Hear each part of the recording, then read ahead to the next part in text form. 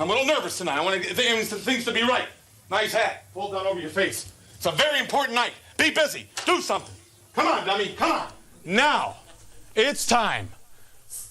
Live and in living color. The greatest world's heavyweight champion in the history of this great sport. And it's my pleasure to introduce... It's Sunday night, and the week's been rough. Maybe you didn't catch up on all your wrestling stuff. Welcome to a show you can trust, with Nathan has skill pumps and Giandra LaBeouf. Illuminerdi wrestling order, keeping up with everything wrestling every week, kinda sorta. If you missed it, we got you. We might have missed it too. So let's talk through the stuff we did get to. Down under like a didgeridoo, but aim at the top spot. Power Rangers show, we looking at you. It's all the same Illuminerdi crew, but our show is COVID sick. Y'all, seasonal flu. We've been through a producer or two. Now Shay's riding with us and he's stuck like glue. We all R-rated. With curse words, weed, liquor, and brew. But we ask Joe for forgiveness, not permission. I thought that you knew. Hey, is this gonna get me in trouble, man?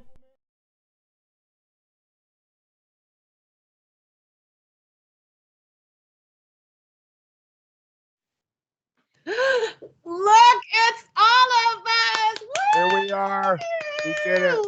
You get a host, and you get a host, and you get a host. We are back, and the gang is all together again. Welcome to Illuminerdi Wrestling Order. I am Jay, of course. We got the guys, and we gonna talk some wrestling. Me and Nate got to do some great epic shit together on Friday, together, but not technically together, but together but separate. Exactly. Yes. And Pumps. Well, Pumps was just in the wings hating on me and Nate's joy. So you probably can guess what it is. So, but before we get into all that, let's bring in the fellas. Big Nate Dogg, fresh off of a trip to Ireland, where he may or may not have been proposing, as we that's the rumor. On this show. Yeah, Nate? that's a wrestling YouTube shows reported it, so it has to be true. Yeah. True. Yeah. I did not propose. Oh, boo. That was a Next Pumps. time. That was a Pumps rib. Oh. Yeah. Gotcha. I think I think Pumps is taking this show feud too far. Yes. Hell of a rib, though. Yeah, hell of a rib. It was on and cracking. I did. I got some DMs telling me congratulations. And My mother congratulated you. And I said, for what?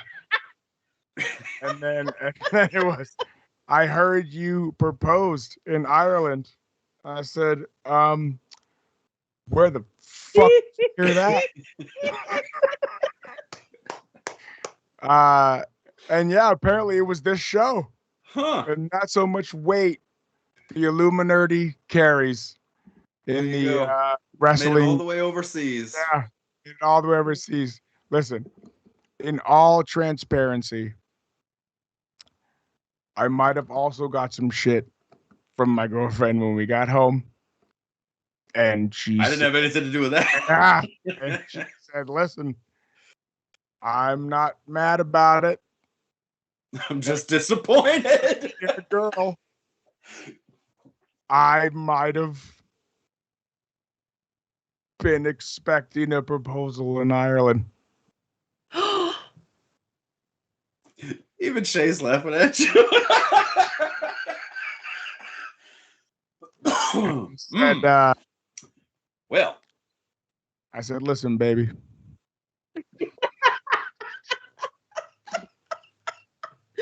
I said, listen, baby. uh-oh. White claws. No laws with the claws. I said, you're saying this after we've just had a long day of travel. You've said this right as soon as we've gotten home. And when I propose to you, it's going to be a lot more special than Ireland. Oh, Lord. Is it going to be on the show? SpaceX, here we come. But I said everyone was expecting Ireland. And that's the swerve. Swerve, bro. Okay. Classic Russo booking. This was our first trip as a couple. And I can't just be, you know what I mean? Doubling down before I know out reins off. Before I know that we can travel together. Oh, I thought you were doing a pun. Dublin, Ireland, Dublin down. Oh, doubling down. I like that. Who's the wordsmith here? Pumps. One of us has albums. Listen, Pumps. If you and I didn't, get along on our trip to WrestleMania, you wouldn't be on this show. That is true. You know what I mean? It's real talk. It's real talk. I don't dispute that. We can be friends online and we can do all those things, but until you are concrete and solid in a situation like that, where you allow me to fall asleep on the 6-hour drive to New Orleans. But yes, I did not propose to my girlfriend. That has nothing to do with our relationship. I am here on the show to say that I love her very much.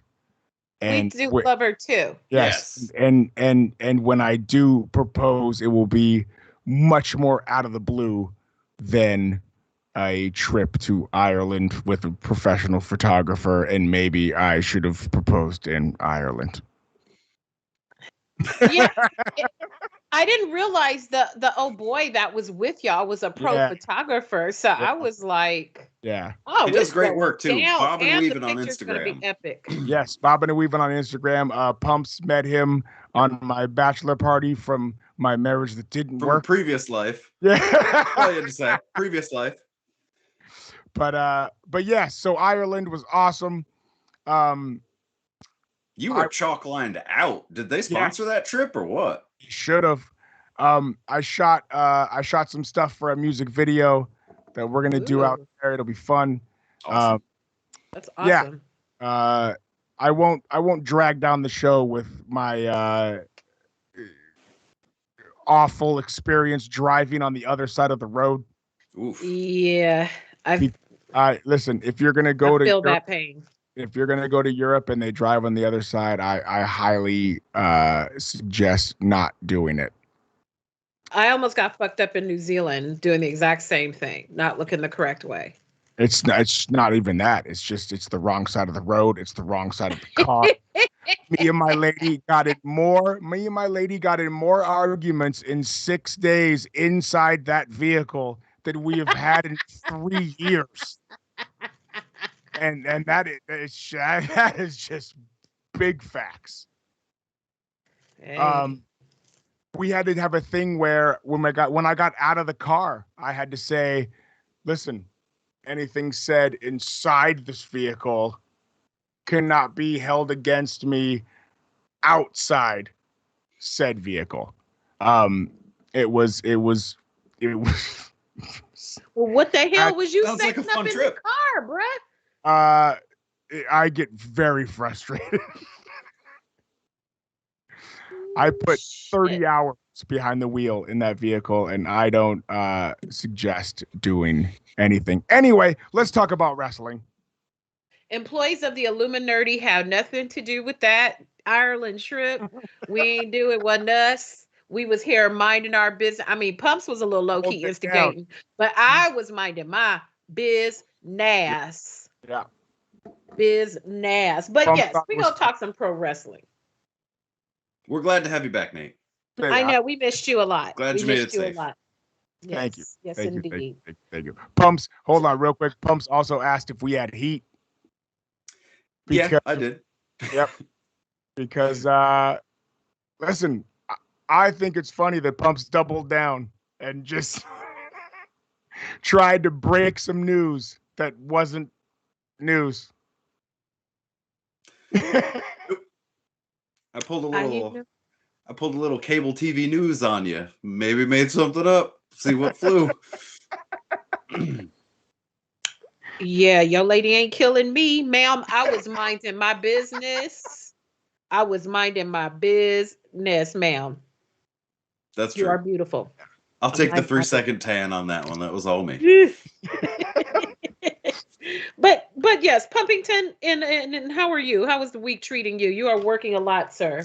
Yeah, Yeah. working a lot. 'Tis the season. It's the last push to get everything done before everything slows down for the winter. So I'm just 12 to 14-hour days. But what can you do? Last So push on our group thread, you straight said I might not make it alive.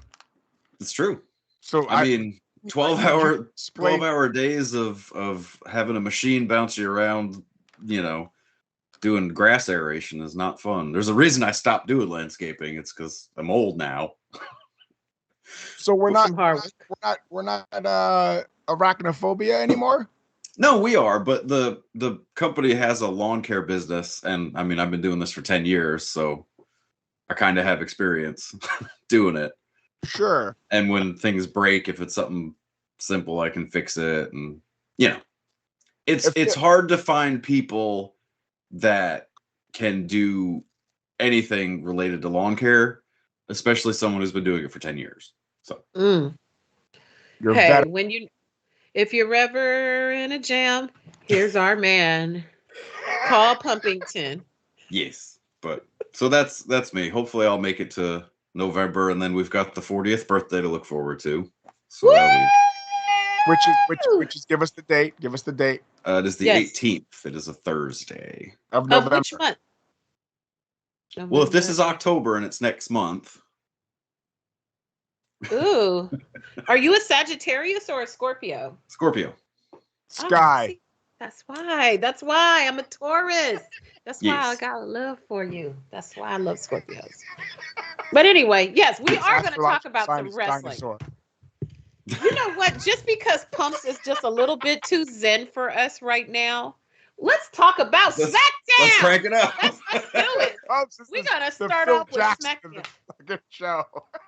And I have the match card for Crown Jewels, so we can do our preview of that as well.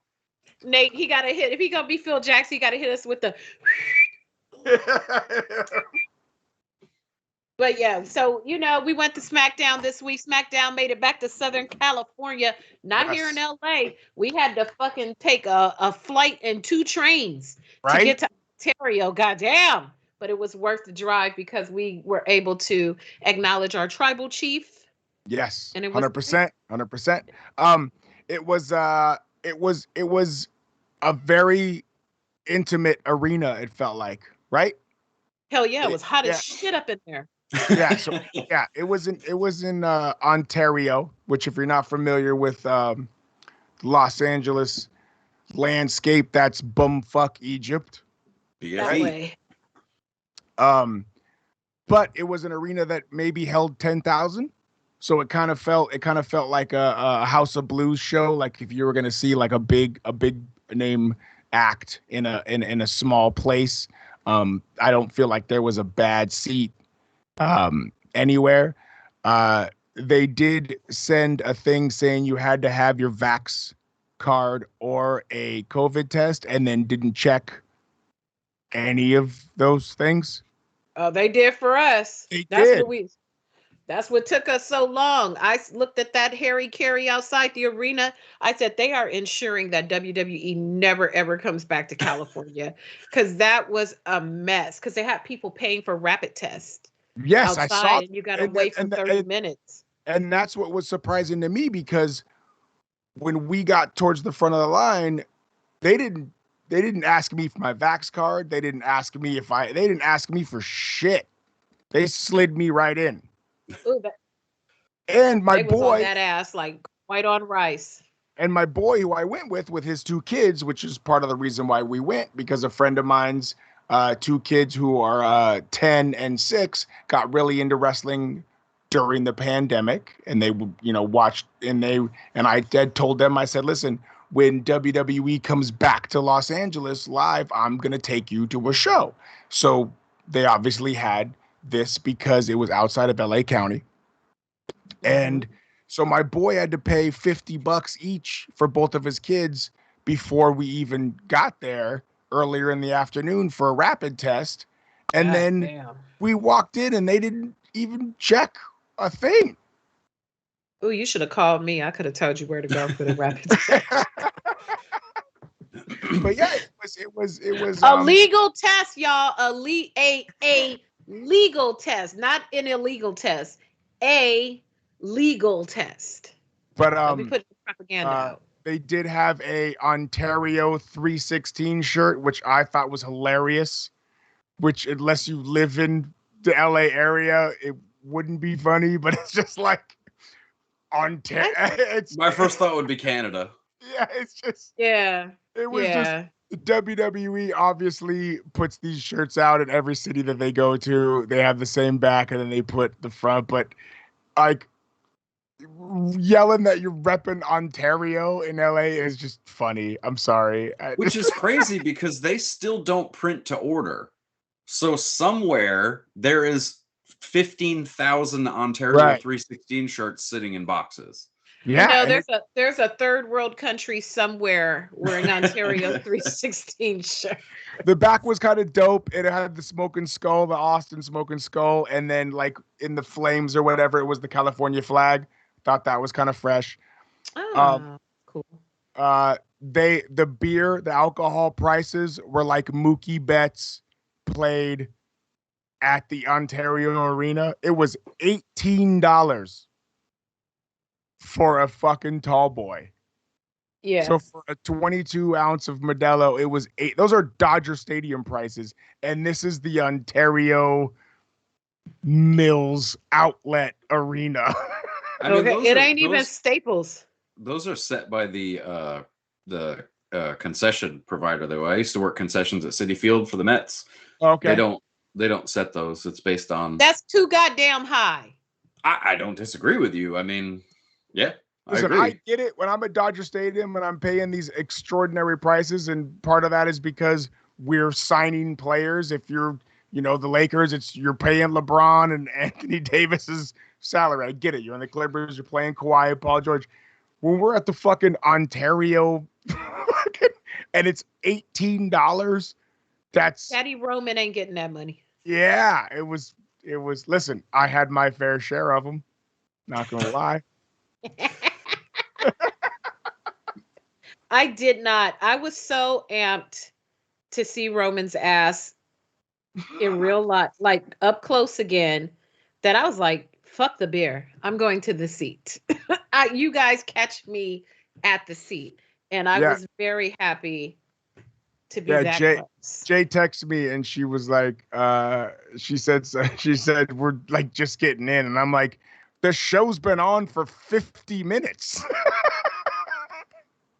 It was a mess. The traffic and the outside the arena, trying to get the tickets from the will call. Oh, you guys had some will call. Oh, I see. Yeah. But once we got there, it was. You went with Joe.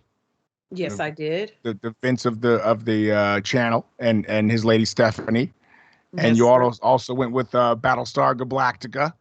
Yes, Battlestar Galactica made the trek all the way out to BFE with us, and our seats got separated. So Joe and Steph were on the hard camera side, and we were like where the aisle was, but on the side of the hard camera. So whenever the talent came down, they went to the left. If they had come to the right, you probably would have seen us because we're right there, but they always went to the left. And that sucked because I was looking for myself because I'm vain like that.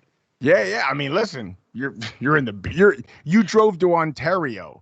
I mean, you should probably get on camera. I mean, you're Deandra LaBeouf, the only person on the planet with that goddamn name. I'm going to start dressing like Naomi when I go to... Wait a minute, hold up. Hey, shout out to Naomi for getting on the show, by the way. Yes, finally. I have to share this. This was some fandom on some next level. So Bianca Belair is over, as we know. No surprise there. But this is, I've never really seen anyone cosplay as her except for like really little girls until we got to Ontario, and this was the most epic trip. Wait, it's gonna turn over, and we got it. Oh, there you go. That gentleman said he loves Bianca Belair, and he was. Now, I didn't want to assume that, but that was my first thought. Was, sir, your makeup is phenomenal. Flawless. So I'm glad that Jay said it, and I didn't have to. I said, you better give us stand-up on a Friday evening. I loved it. This is also the week that Jay realized that Nyla Rose is a transgender. No topic. No, I've never really looked at Nyla Rose completely.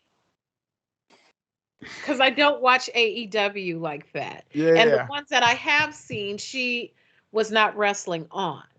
Yeah. But that was a very interesting group text discussion. But we're going to leave that one because we don't want to be pulled off or canceled from YouTube. So, Ontario. Yes. It was a fun show. It was. Look at Pumps. No, I was reading the chat. Oh. Pumps is like, so I fuck can't that say if it show. was fun or Fuck not. that platform. It was. I went with 2 kids, which is always fun. I went with a 10. Hanging around a lot of kids. I lately. It's went starting with to a get 10. I went with a 10-year-old. Fucking easy, Tiger. I went with a 10-year-old and a 6-year-old. The 10-year-old boy and a 6-year-old girl, and the 6-year-old girl was so enamored with Sasha and Bianca that it's like going to wrestling events with kids is so fun. You know what I mean? Like, just because being a wrestling fan, you can kind of see it through their eyes, right? And just to watch them pop for certain people that maybe you wouldn't pop for because we're an adult and we're contrary. You know what I mean? Like Right. like the 10-year-old boy, like the first match I think was Sami Zayn and Finn. Baby Mysterio and Finn. No, and Finn. It was Sami Zayn and Finn. And and he was all about Finn. And I'm pretty much all about Finn in terms of who I, like or whatever. But Sami Zayn, he was like, I hate Sami Zayn. He's such a nerd. Like, he's so annoying, blah, blah. So I just then found myself rooting for Sami Zayn to get the kids' reaction, like, boo, you know what I mean? And it was so fun. And so after about a match and a half or so, he looked over at me and he said, I've been in this kid's life since he was born, but he said, so are you just going to root for all the bad guys? Yeah, Nate. What's up with And that? I just said, absolutely. And you'll understand when you're older. Right? And so it just became so fun. And these, when the Usos came out, the Usos were all I wanted to see. Mm-hmm. I was all H-A-R-D. I was. The Usos came out and I was all in. I was down since day one. I was all in, and they wrestled the Street Profits for the championship. Great match. Yep, it was a really good match. And I waited for it to get real quiet, and then I called them the Street Losses. Which is a highbrow joke if you're an adult and it's like profits and losses. And all the adults looked at me and went, that was funny. And all the kids didn't get it. And there was a couple kids that were super into Roman and the Usos, and our section was 109, and we were in the 909, and Bloodline rhymes with all of those things. And so these little kids were like running up and down the aisle yelling 909 Bloodline section 109, and it was super fun. And one of their parents actually came and was like, yo, you come here. And I thought he was gonna get mad because I was being loud and funny and heckling, whatever. And he pulled me outside and he goes, dude, my kid is having the absolute time of his life, and it's because you're engaging with him. I want to buy you a drink. And I know that's right. It's not a big deal. And then he took me out to his car and I jacked him off. And it's not a big deal, but as Pumps knows, getting engaged with the section of fans that you're in, like when Pumps and I watched NXT and I was rooting for Ciampa and everybody was, it's just fun. And I laughed and yelled and laughed and yelled more than I have at any sporting event. And I've been to 2 Clipper NBA playoff games in the last year. Well, you know what I mean? Cried at those, I'm sure. 100, Bucks and 6. But, and like those, but like 3 nights till ring night, just saying. Pro wrestling brings out a different joy in me. And it's just fun. That's all I have to say. Like, I don't really care what happened at the event. It's just fun. It's just fun. Jay, how was your experience? The best part of my night was they were setting up the scene for Roman and Brock. And I don't know what was happening on TV, probably a commercial, and they were setting up the shot for Roman and Brock to do their contract signing. That went out. Oh, it was on? Mm-hmm. So I waited till it got quiet, and I went, super kick the shit out of him. Super kick the shit out of him, Roman. And he looked out at me and he laughed. And then they went back to, that's when he started, you must be the dumbest asshole in the world, or whatever he said. I was like, as long as Daddy Roman acknowledged me, he acknowledged me. I love it. I love it. I love it. Yeah. Queen. You're tribal queen. No disrespect, Mrs. Brown. Tribal queen. Can we call you that on the show now? The tribal queen? Right. You damn right. I need a shirt. Like tribal queen. Pumps and I are the Usos, and you're the absolutely not. I love you like a brother, but no. Okay, well we are family, like, but no. How about let's see, who we gonna make you? You want to be Dean Ambrose? I'll be Paul Heyman. I would rather be Paul Heyman. Okay, I could get into that. You're the wise man. Yes. You playing both sides against each other. I loved it. Also, I think E-Star's doing a heel turn because he's putting the Usos up with the Young Bucks as one of the best tag teams in the world. Man, you know what? The Usos are fucking amazing. And I like the Usos on TV always. I've seen them wrestle before. But seeing them now, awesome. Seeing them now live from when I saw them, say, 2019, before the pandemic, they're even better. Now they're more fluid. Their spots are, they don't botch. They had that match with the Street Profits were great. You can see, I think Angelo Dawkins is losing weight and then getting in better shape because he's doing more things. And Montez Ford had the breast surgery to get rid of his gyno from doing steroids wrong. I noticed his scars. Oh. Excuse me, what? Montez Ford, he had that same surgery that The Rock had back in the day where he removed the... when Rock was wearing a shirt for a hot minute? Yeah, he had the breasts, the mammary tissue or wherever it is removed because he didn't take estrogen blockers coming off of a steroid cycle. Wow. Oh, wow. That's right. You heard it here. You heard it here. You heard that, Power Rangers. So if you wonder what that scar is right there. Oh shit. See, now I got to go back and look. But yeah, they had a great match. Also, his nipple is now turned this way. Pumpington. I'm going to ask you not to be watching that man's nipples so closely, sir. Hey, I be titty gazing. That's what I do. Today.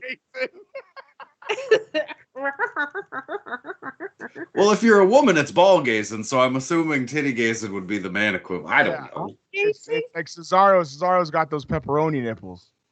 You saw Cesaro in Ireland. I did. I saw Cesaro on a fucking random fucking dry cleaning place. At a JCPenney's in Ireland. That's him. That was him, right? That's 100% him. Yes. Yes. Do you think that was like he sold his likeness like before he got a big contract and they're like, yo, like this is like after? Because before he got big, he had hair. He probably sold that after he won that match at when did he win the match? At WrestleMania? When they let him win? When they were gonna give him his push. Yeah. That's probably when he sold that shit. He's and like, look, we're about to push. You can put me on the front of this. Oh, I bet you if you just hang on, I'm just gonna randomly Google image man in a suit and we'll see how far it takes me to get that image.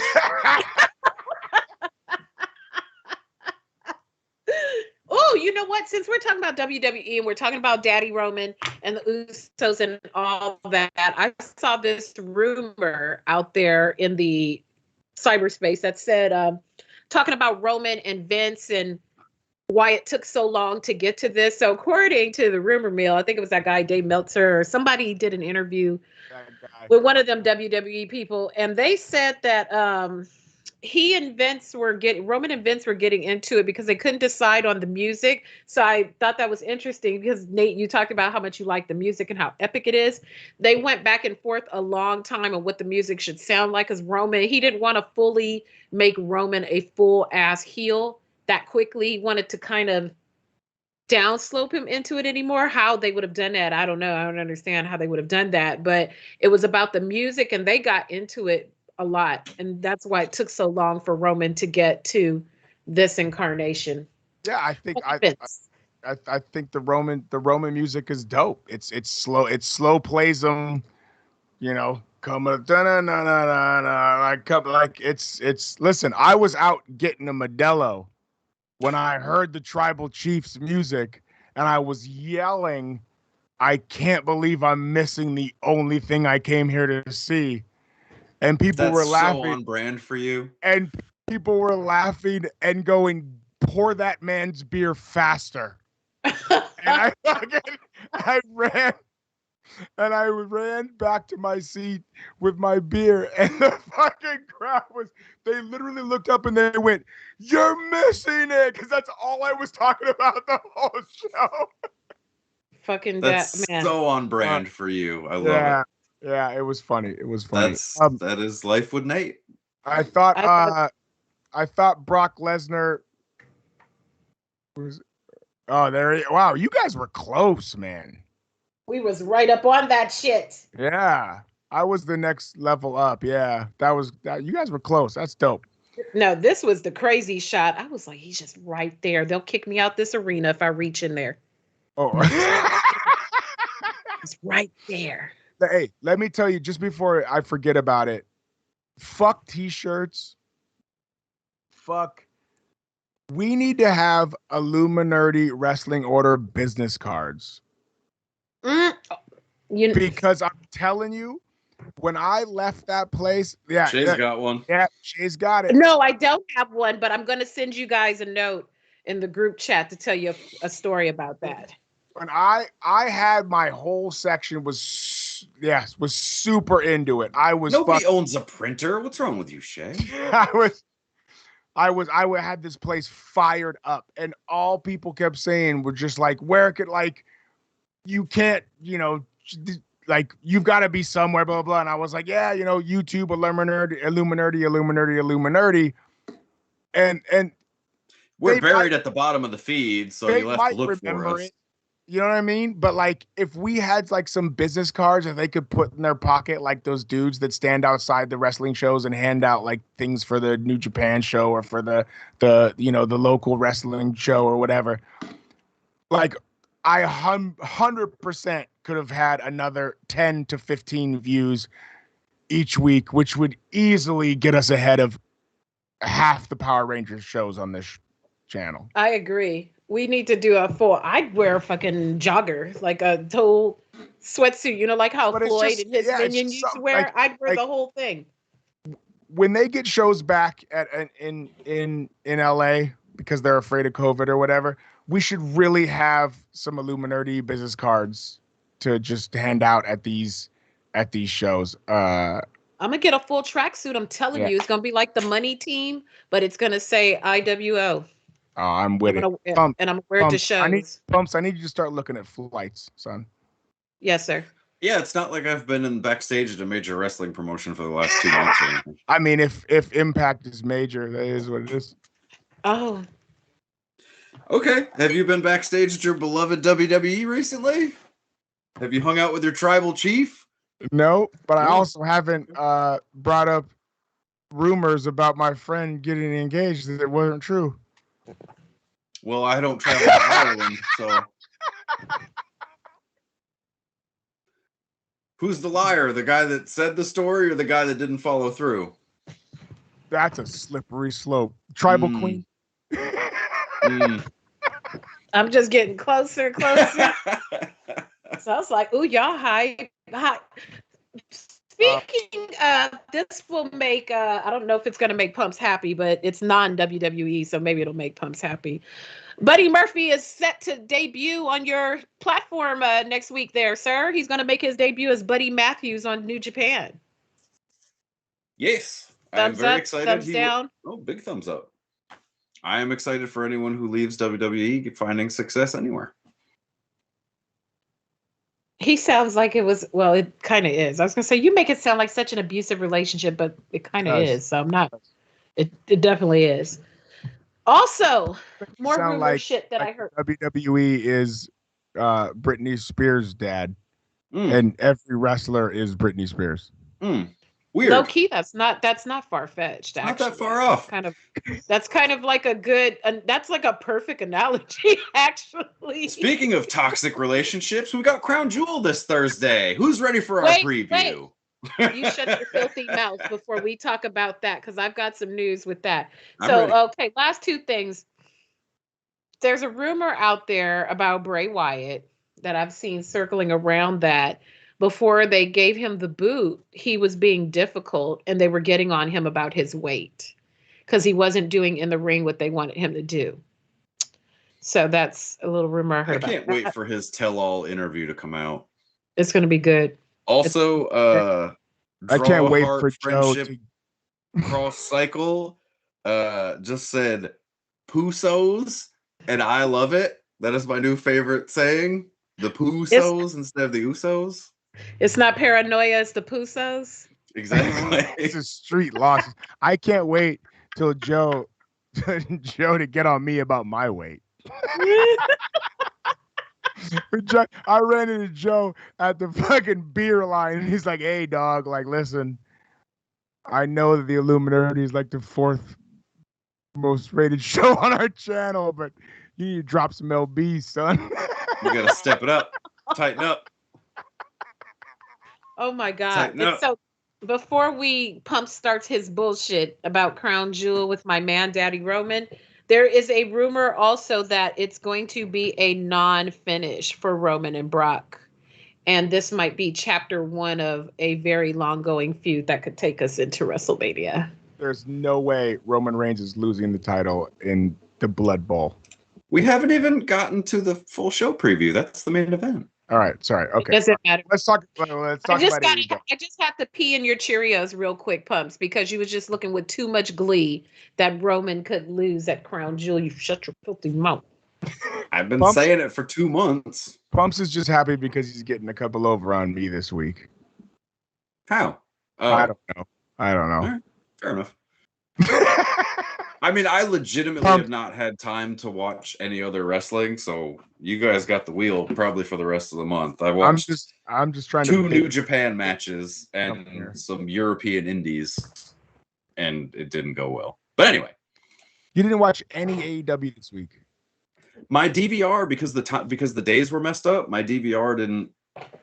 I still have cable because I'm an old man, and my DVR just didn't. Thanks, Xfinity. A poor craftsman blames his tools. Well, what was I supposed to do? Teleport home? I should have called the landline that I don't have and told the cats to make sure that AEW is recording. Is that what I should have done? You're right. No excuses. It's not AEW's fault for not making their show more accessible, because I tried to watch it today, but it's not on their website. I had to mute myself. Nate, you are such an ass. That was amazing. I had to mute myself so I could let out a proper witch hazel cackle in the background. Not a poor crust. That was good. I'll give him that. Nate, I swear to God, Nate, you are an asshole, and so am I. Because one of my favorite things to say when someone doesn't like a picture I've taken of them, I always go, "Hey, the camera only takes what it sees." Hey, real talk. Me and my girl have had this argument. Oh no!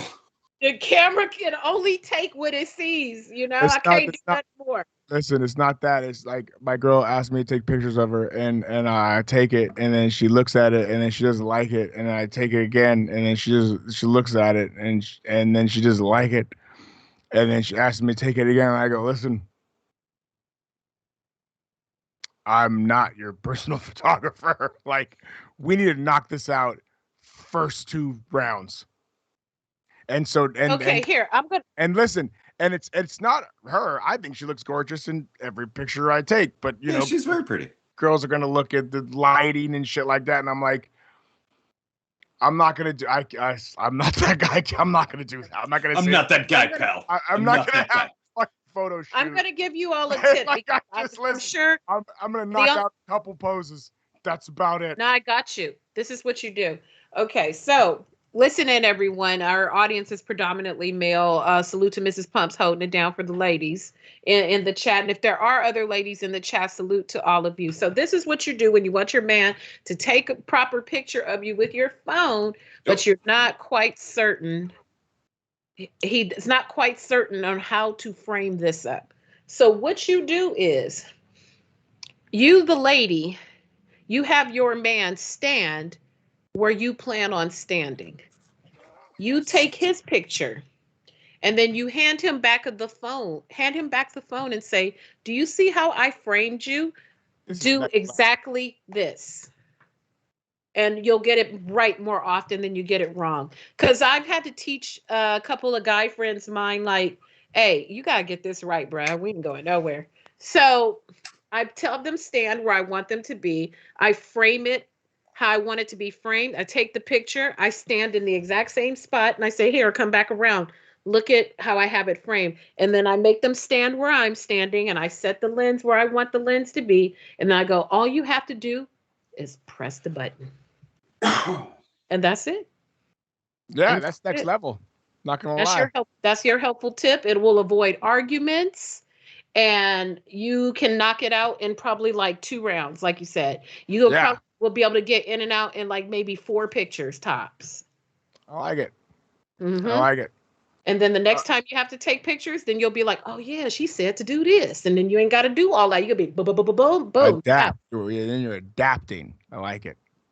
Mm-hmm. Jay, did you watch any AEW this week? I did not, sir, unfortunately. The matches got announced. The most AEW I saw this weekend was inside our group chat. And we know what that discussion was. Yeah. Well, I did watch the match that I think Nate's going to bring up. The revival. Oh, FTR. Never mind. FTR winning the AAA tag team championships in lucha libre like outfits. They looked like the creepers from Minecraft, and it was hysterical. It was so on brand. FTR had to wrestle the what are they Lucha called? Brothers. The Lucha Brothers. Yeah, okay. I was gonna say Penta and Ray Phoenix. Yeah, Ray Phoenix. Who are the AAA tag team champions? Correct. And former. And they came out in like low key La Parka outfits, and it was hysterical. Like it's just, I don't know.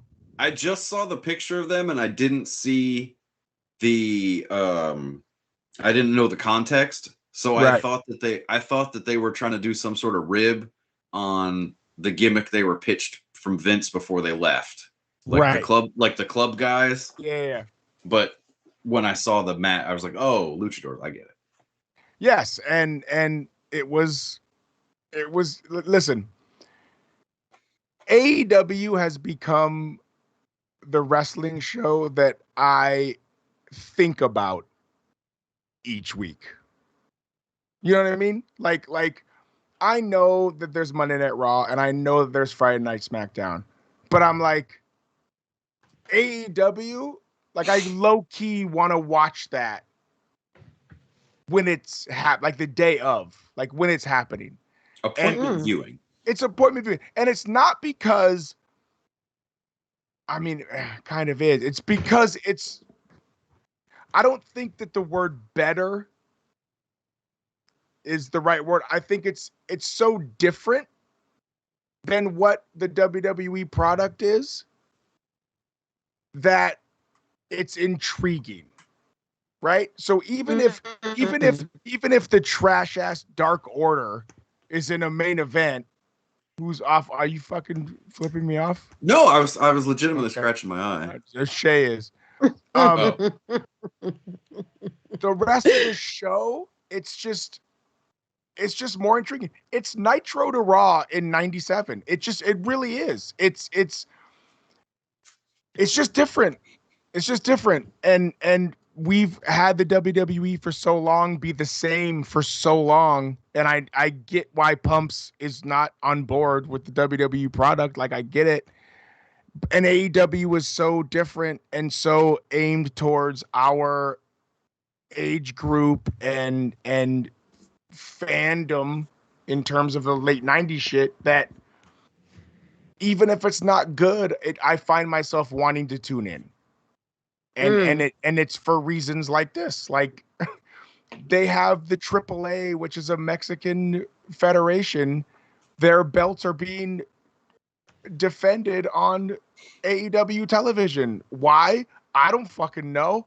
But you know what? It's cool. It's different. And then the team that is challenging for them, which are white guys from America, dress up in lucha libre outfits. White guys from the Carolinas. That's what I mean. It's just, I don't know. I'm into it. I think it's cool. Those AAA belts, by the way, the camera does not do them justice. Those belts are beautiful in person. Yeah, they look really cool.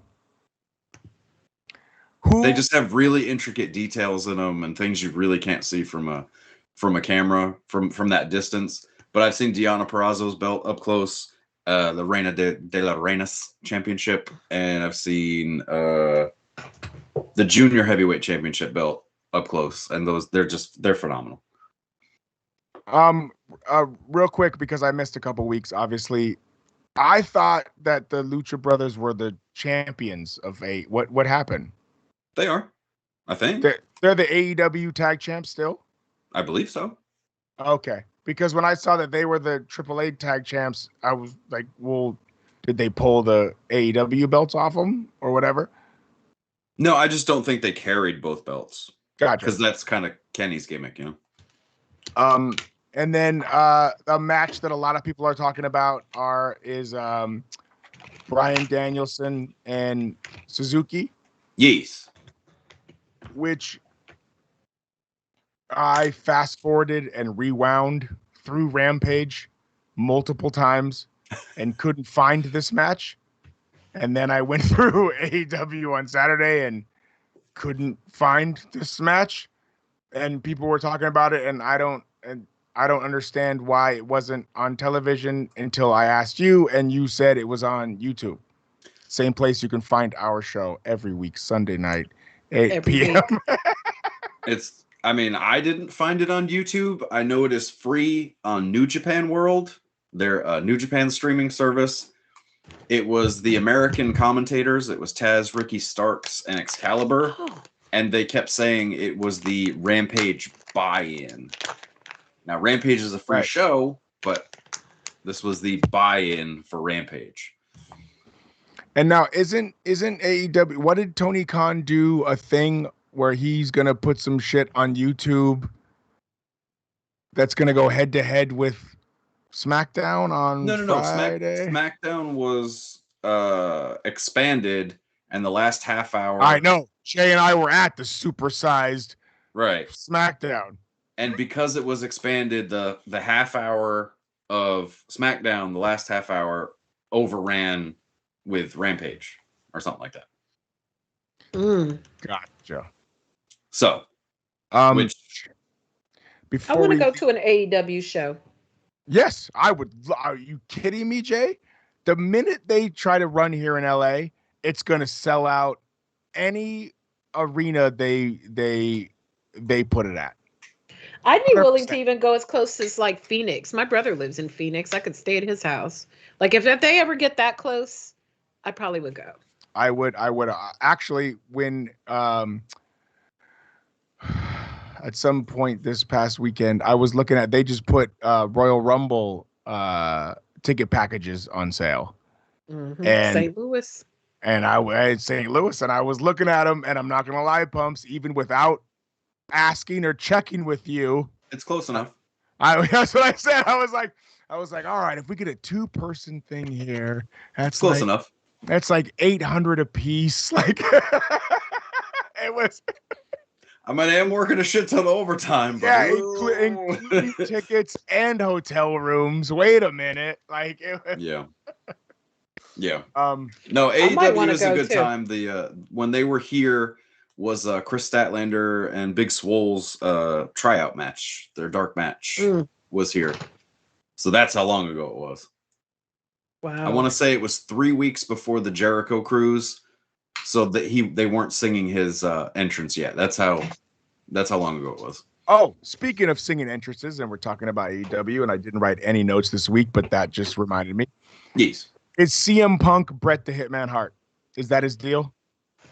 In terms of he comes out, every other week he's on commentary. He comes down, he high fives the entire ring thing. He's like super into it with the fans. I think that they are not overplaying, but they're playing up this whole CM Punk happy homecoming, he's into it deal, because there is going to be a vicious heel turn. Oh, in like a year, and I hope that they play it. Oh, hello! Is this the official dog of the Illuminerdi? That's Billie Jean. It is Billie Jean, the official Illuminerdi dog. He was looking a little pitiful, so I had to pick him up. But yeah, I really like CM Punk on commentary. I think it's cool.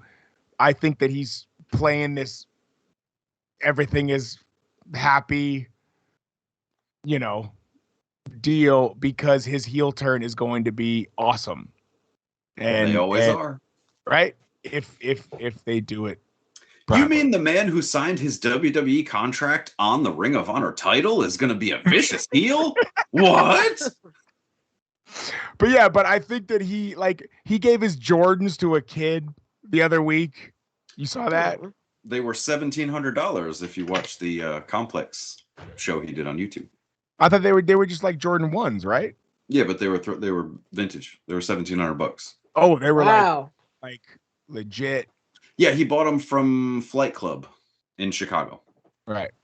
Wow. With that Complex kid's ass Magazine and took them shoes. No, I'm just kidding. Complex Magazine does like a thing with celebrities. Half the time I don't know who the people are, but they'll go sneaker shopping with them at high-end sneaker shops. And right. So. That's really cool, because it's funny, because I had not, I apologize, I had not seen the Last Dance documentaries. And what? No, I hadn't. And so I downloaded all of them for my flights to Ireland.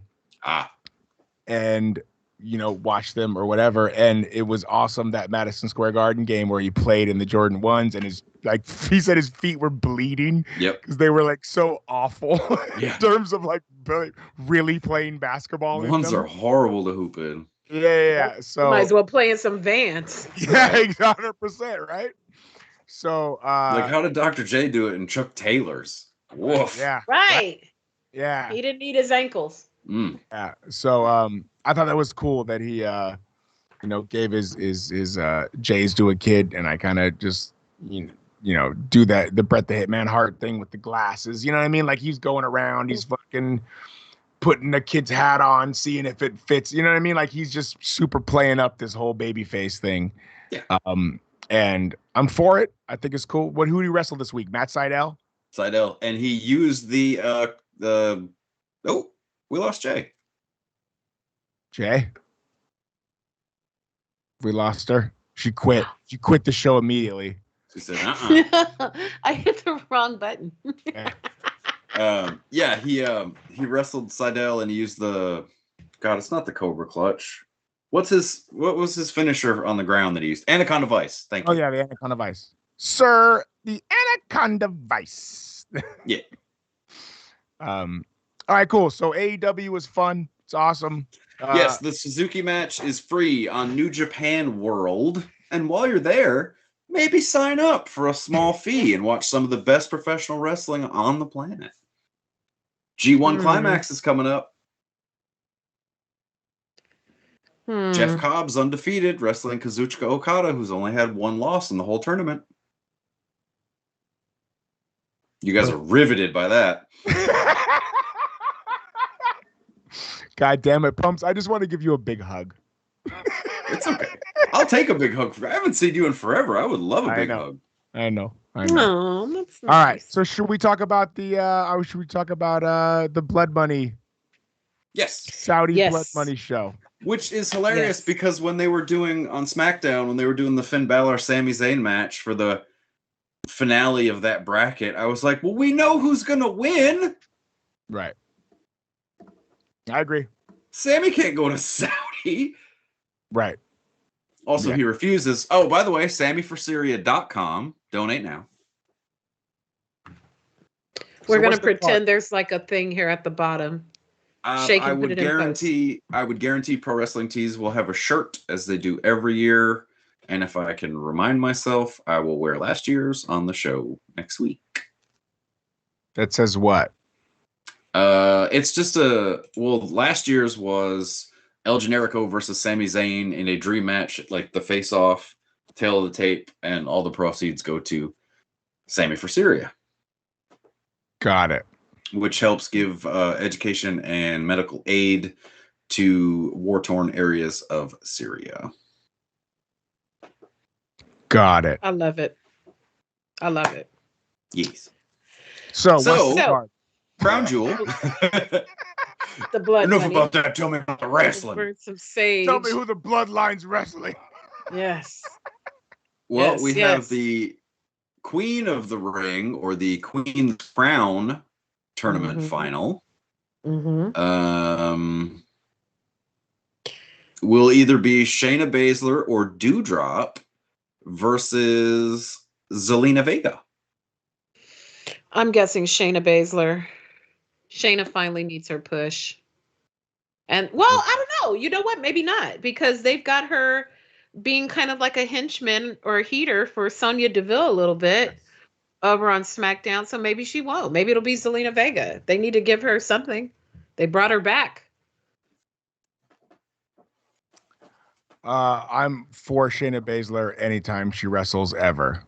It's like a Doudrop. That's cute, actually. I rock that. Hey, I don't like Doudrop's uniform. Did I not send a picture of a bar called Doudrop in Ireland? You did. All right. Okay, I have a question, Pumps, and Pumpington, perhaps you can answer this for me. I can try.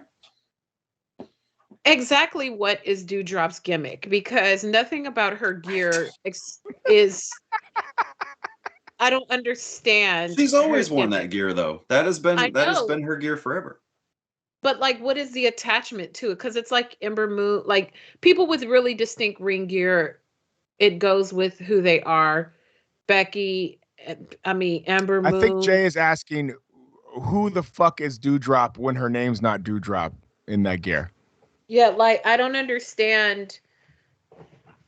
I don't get the attachment of the gear to what her character is exactly. Like if she came out all dingbat dingy or oh my god, like all like that, the colors and all that would make sense to me. But I can't form an attachment to her because I don't know who she is. I don't understand it. I like her. I think she's cool. I think she does some good stuff. She can move well. I like watching her wrestle, but I can't form an attachment to her because I don't know who she is. Yeah, I don't like that about her gear. I don't disagree with you. I'm hoping that if she does get something better down the road, maybe a gear change will come. But when she was Piper Niven, what is her deal? She's just a badass, really. Okay. She didn't have it's not like a Session Moth Martinez where she's a drunk and, acting a fool. It's just, she's just a badass woman's worker. I don't want her to be a jobber because she's a better wrestler than Nia. And so, I mean, I got love for you, Nia, and I know you got the Samoan thing on your side, but Dewdrop's a better wrestler than her. So, give her something to work with. I mean, unfortunately, I think those two will be pushed together as soon as Nia gets back, and I don't want to see that.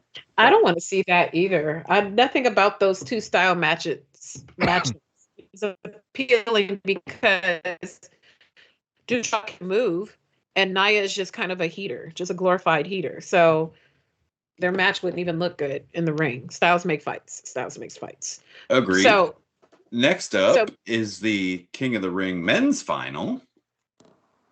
So Finn Balor versus whoever wins, Jinder Mahal and Xavier Woods. It's Finn. It's got to be Finn. I hope it's Finn. I like Xavier. I too. I mean, Finn. It used to be where if you won the King of the Ring, that was like a dope stepping stone towards you being like the guy in the company. Austin won it. Triple H won it. Harley Race, Mabel, Hacksaw Jim Duggan, Angle, right? Baron Corbin before his title run. Where I was going with that was that it ended at Billy Gunn. Junkyard Dog. Yeah, but that's all in the early. Listen, when Billy Gunn won it and did nothing. They tried to make him a single star and it didn't work out. And then, other than Kurt Angle after that, did Edge win? Edge won King of the Ring, didn't he? I'm pretty sure Edge won King of the Ring. Anyway, it doesn't matter.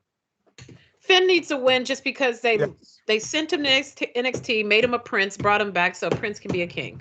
I agree. Yes. I think Finn Balor wins King of the Ring. Prince Devitt was a thing in New Japan. Yeah. Why? Don't we know it? The real rock and roll. No, Jinder Mahal's going to win this. They're in Saudi Arabia. This isn't even a question. Wait, you think Jinder Mahal's going to beat Finn Balor in Saudi Arabia for the King of the Ring? Yeah. Oh, I like it. Jay, you? Finn? Hell no. Finn. Jinder's a boring champ. It's a He very is a boring champ. They haven't been there in 18 months, and they're pulling out all the stops. Get all the brown people, the brown non-black people. Put belts on them. It's not a belt; it's a crown. I'm for it. This is why this show is the best show on this fucking channel. Anyway, all right. Next, Monsoor versus Mustapha Ali. And you think I'm crazy for saying Jinder's winning King of the Ring? No, listen. If Mustapha Ali is winning this match, I'm with you. I don't know. I couldn't pick out Mansoor out of a flip book. I have no idea who that is. I agree. Me neither. He looks just like he's like Mustafa's not as cute younger brother. Like, are you saying they all look alike, Jay? Is that what you're saying? I'm saying that kind of sounds like that's what you're saying. No, I'm saying these two particular men. Oh, these two particular ones, because Mustafa's kind of fine, and it's like the two Uso brothers, right? Taste is, subjective, whatever. But I feel like the non-Naomi Uso is the cuter of the two of them, although they're twins. Main event. I still main event. Jey Uso, right? Isn't Jimmy with Naomi? Yes, Jimmy is with Naomi. Like pumps. You know what I mean? We're on a dating show. I still can't tell them apart. Naomi's Uso's hair is the longer hair and has more red. He's the DUI. He's the one that has the problem with DUIs. Yeah. He's the party. That no, Uso. I've seen his mugshot, but he's an identical twin, so He also likes to party. I be on it like that. So I believe it. I believe it. On it. I can believe it. So then RK Bro versus AJ Styles and Omos. When are both of those experiments going to come to an end? Both of those pairings are annoying to me for various reasons, and I want both of those pairings to end. Did RK Bro get drafted together? Because Styles and Omosca. Okay, Shay's saying yes, they did. Okay, Shay, you better know something. Right? That's why he's a producer. That's why not anytime rocking like soon. Shay and we're stuck like glue. Period. Right? Elmer's glue. Dun, dun, dun. Yeah, I don't know. I mean, the Orton heel turn has got to be coming, but who knows? Swerve, maybe AJ kicks Omos in the knee and turns on him. I don't know. They ain't gonna heel turn because he's already RKO'd Riddle a couple times during their partnership. So it's like They should. It would be better. Hell, Riddle should heel turn. Riddle can't be a heel. Dude, sure he can. Dude, Selling, bro. he could be fucking He could be selling weed to the kids under the bridge. Yeah. Riddle, there's no way Riddle can heel turn at all. Riddle's gonna get stuck in Saudi like Vader that time for slapping that guy. Except Riddle's gonna get busted for possession. If AJ and Omos break up, they should just put Omos and Dominic Mysterio together as a tag, so that they could just phase them both out. Yikes. That's like WWE to do that kind of dumb shit though. Like, I just needed someone when me and my father broke apart and Omos was here. AJ Styles got rid of him, and I thought, hey, we're two guys out on the side of the road. Let's partner together. Listen, I think AJ and Omos are a fun tag. It's just Omos doesn't do anything. Nothing. I want them to cut the apron strings and let the little bird fly. But listen, at the same bird, time, actually. if Omos wants to come on this show, I will say that you are the greatest big man in history. You know what's the crazy part about him, though? He has a gang of personality. Me and Joe met him before. We talked to him. He has terrific personality. He's really smart. He's into a lot of nerd geek culture. He's an artist. He can draw, new comic book stuff, illustrations, and all that. And I mean, I get it why they brought him here. Vince always loves him, a big guy, but he needs something to do. Like, teach him some more stuff. At least let him break the ring. He needs something. And let this pairing of him and AJ Styles, it's given a little bit too Driving Miss Daisy for me. Like, I need something else. I like that AJ has been away from the title for a while. Yes. Because I think that he can listen, anybody who thinks that AJ Styles isn't going to have a better match with Bobby Lashley than fucking Bill Goldberg doesn't, you know what I'm saying? Like, who do you think is more frustrated at work? AJ Styles or Randy Orton? Pumps. AJ Styles. Why? Because Orton's made his money. Orton's been there, 15 years? He's a made man. He doesn't care. He's set for the rest of his life. His kids are set for the rest of their life. AJ's still getting there. Do you think AJ's just trying to make his way across this flat earth one step at a time? Oh, don't. AJ's a flat earther? This is the third time I've told you this. You know I don't pay attention. I know. You know it's bad when Shay remembers it. Come on, really?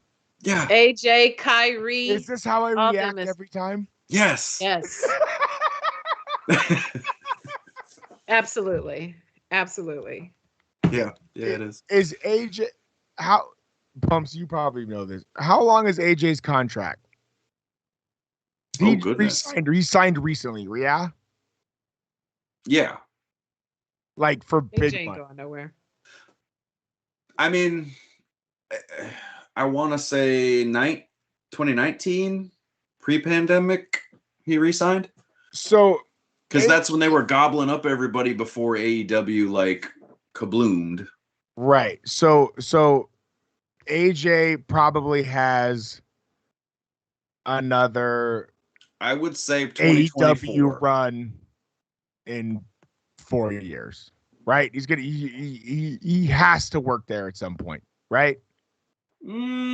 Because because he's already wrestled most of those people. He did that when he left Impact.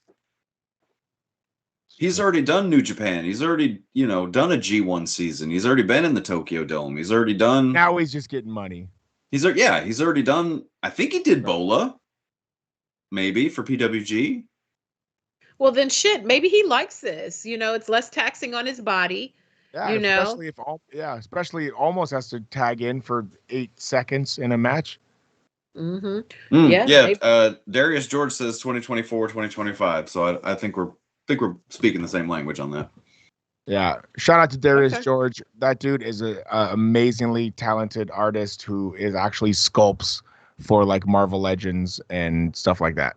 He's Ooh, that's dope. Yeah, that's awesome. Yeah, he's salute to you, Darius George. That's awesome. It's awesome. Super awesome. Send me a message. I want to know what Legends lines you worked on.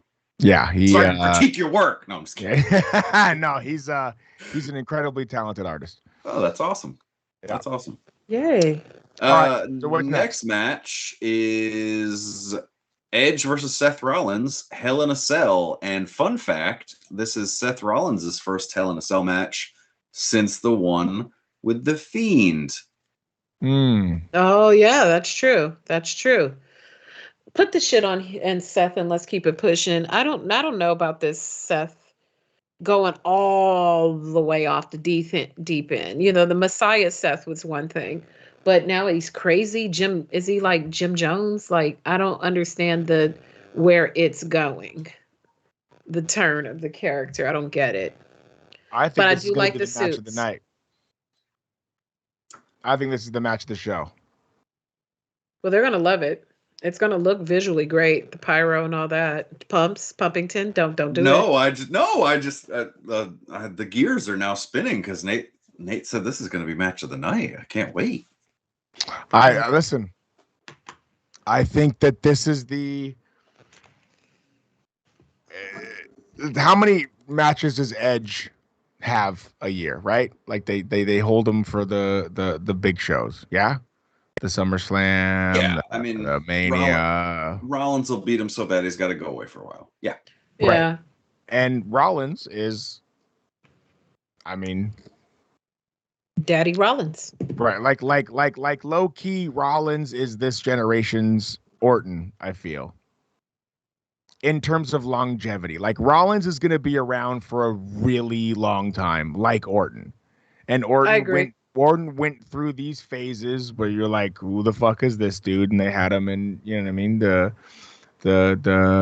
faction with Triple H in them or whatever. Why am I Evolution? Evolution. Yeah. Right.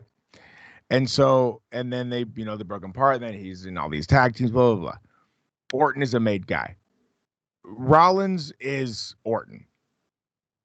Unless he gets hurt. Like Edge did, right? Because if Edge didn't get hurt, right? Well, he's already had an ACL. Yeah, but like neck hurt. You can work. Yeah, Austin worked with knees. Like you can work with knees. I got you. Neck hurt is a different story. And so I think that this Hell in the Cell is this is their third one, right? This is blow off. Yes. Right. Extreme Rules. Shay, producer Shay.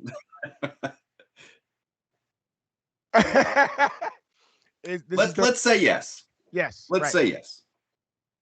So yeah, I don't see any reason why the two of the best, 5 workers on this card in singles wouldn't have, the best match of the night. Because I'll tell you right now, it's not going to be fucking Tribal Chief and Lesnar.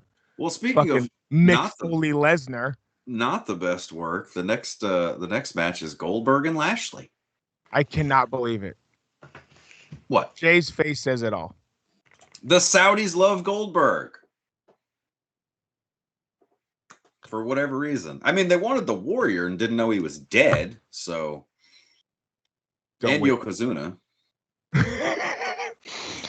Yeah. So... I'm sorry. What match are we on? Is there a belt involved in this? God, no. Okay. Well, it's no holds barred, so hopefully somebody will get hit with something and this will end quickly. It won't be an enziguri to the back of the head like Bret Hart got. Hopefully It's not. just so dumb. Like, the whole setup for this match was because Bobby Lashley pile drived or something Goldberg's kid who had no real reason for being in the ring to begin with. Okay, that makes sense. That's one way to tell the root. The tribal queen. Rattle, The tie it tribal all queen has together. spoken. Knowledge. No one wants to see this. No, nobody. So nobody except for Not one person. Yeah, not one person. Goldberg and Vince. Moving on, Becky Lynch, Bianca Belair, and Sasha Banks. It's going to be a decent match. But it's still all a no-go for me until they bring back Bayley. And they bring Charlotte over there. And that's it. I love Bianca, but until you bring Bayley and Charlotte over there to fuck shit up, not buying it. Pumps?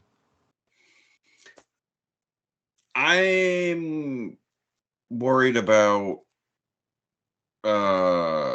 the optics of what they have to wear and things of that more than the actual match. So yeah, I forgot about that. Because I think I saw who did a match over there before. Was it Sasha and Natalya? Sasha and Natalya. Also, didn't Sasha and Bliss do a match somewhere where they wore what looked like a Power Ranger suit? Yeah, for the year before. Wait, hold on. What? They have to be fully covered. Yeah, they can't wear their normal ring gear. For real? Nate. Yep. What? Where are they?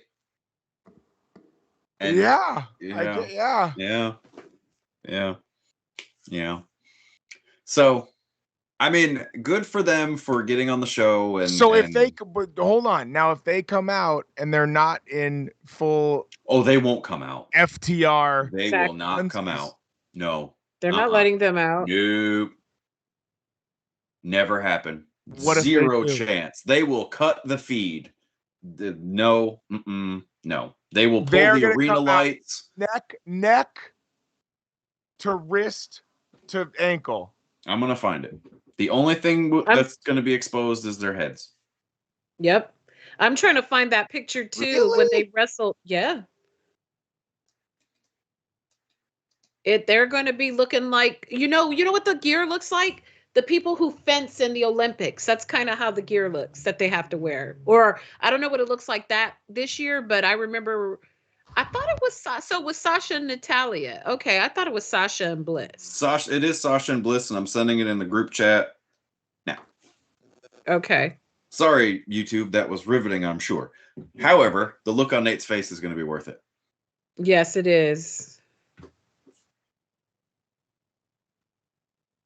Wait for it.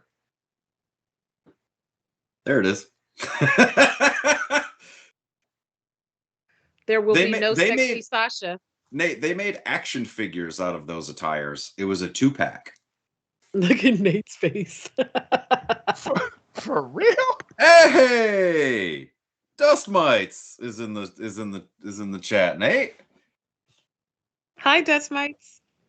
Shout out to Dust Mites. Nate's in produces double disbelief.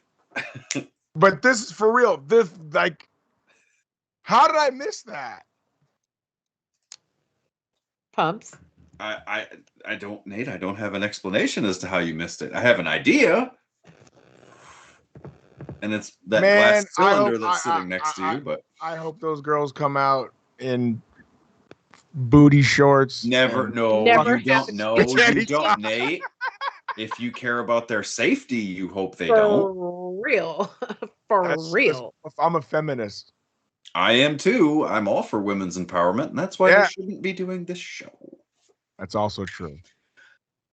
Moving on, we have Big E versus Drew McIntyre. This is for the Big title. men slapping meat. For the title. Yes. I think it stays on Big E. I hope so. I do enjoy Drew, but Big E needs a run. Brown people are still in right now. Big E keeps the belt. I think Big E should keep the belt because he's fucking more entertaining than Drew McIntyre. I mean, he's done a good job. I must give it to him. He's doing a really all good in job. on Big E as the champion. Like, he's great. I just want them to change his gear. That's my only thing. I like his ring music. I like the way he acts. You want a oil blood money show Big E outfit? I want Big E to come out wearing some fucking like a key. No, I'm just kidding. His big ass thighs, rip them pants open. Turkish bathhouse. Okay. He gonna come out dressed out like a Greek with some shit around his head and like a toga. I'm for Big E's whole push right now. I think he's good in the ring. I think he's good as a babyface. Yeah, I'm for it. He's funny. I like him away from the New Day. Yeah, I'm for it. Big E's been getting his push. Okay, so the fight I didn't go to, when I didn't go to Wilder versus Fury, he did the ring announcements for Wilder Fury, and then they had him on one of those. Yeah. For and both then they, yes, because it was a Fox pay-per-view fight, so they had him. They did like a whole packet that he voiced over. And then it was Tyson Fury. He did so good. I was like, you better come on, Big E. I'm into it. So, and they used him on one of those like Fox equivalent Sports Center shows that they do. They used him a lot on that, and I'm like, I love it. I love it for him. Yeah. Listen, I think Big E's doing a great job. I think Big E is, and this is a hot take, but I think Big E is doing a better job as the champ in this short amount of time than Kofi did. I agree with that as well. I think Kofi was kind of like a, hey man, like Kofi Mania was them trying to recapture Yeselmania. Yes, we're just gonna kind of give it to you. You've been around for a long time. Like, here you go, check it out. Hey, Darius George, it's not that I don't like the singlet. The singlet's not the problem. It's just it's too New Day-ish for me. Like, I want his gear to look very different from what they're wearing, a whole different style. You can still wear the singlet, just like maybe different fonts, different inspo.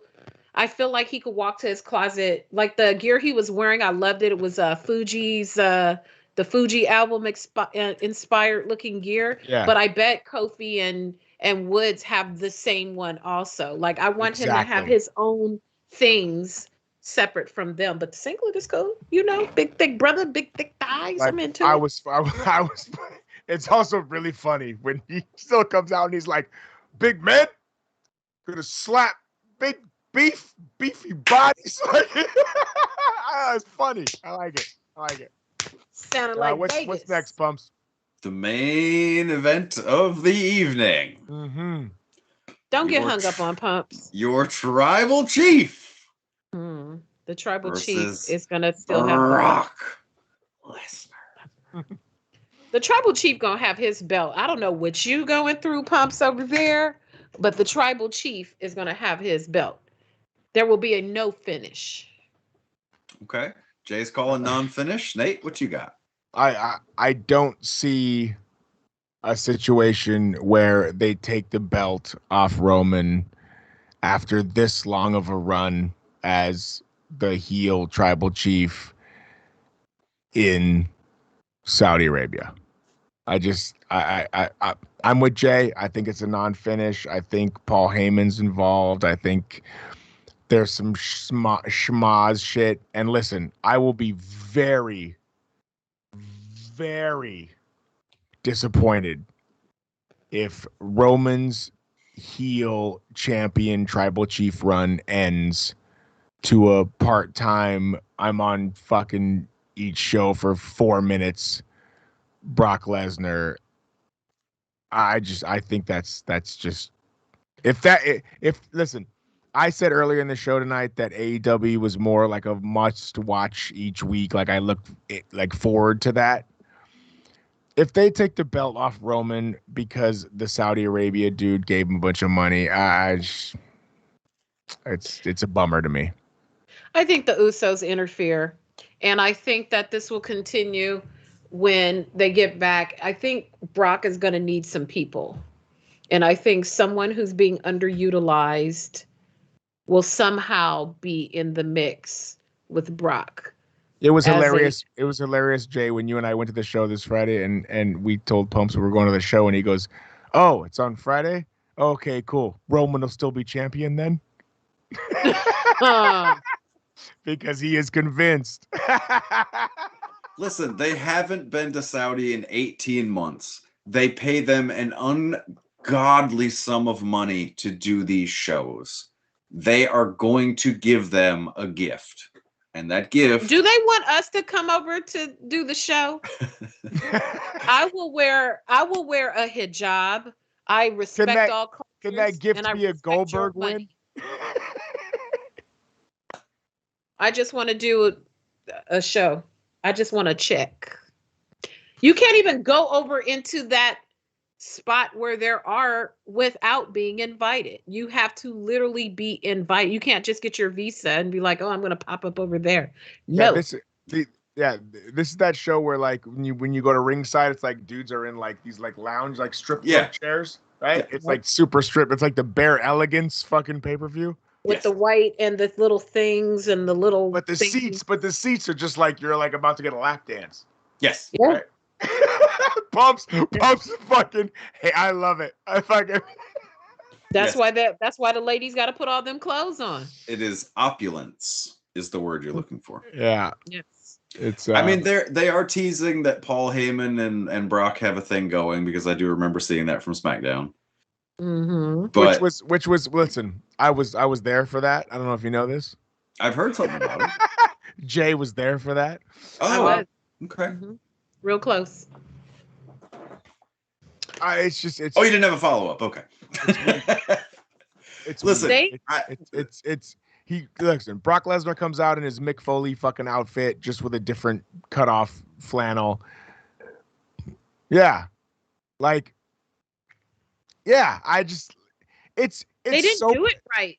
It's soap opera funny, but just being a wrestling fan, like at our age, we are all just like, you're paying Lesnar to show up at a certain amount of events, and he's coming to this event, and it's like 8 minutes, and then he's out of the ring. Like, I don't know. It just doesn't.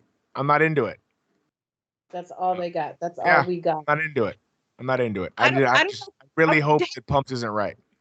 Have you watched it back on TV? Because the way they did that, I asked my advisor, Paul Heyman, it didn't play well in the arena.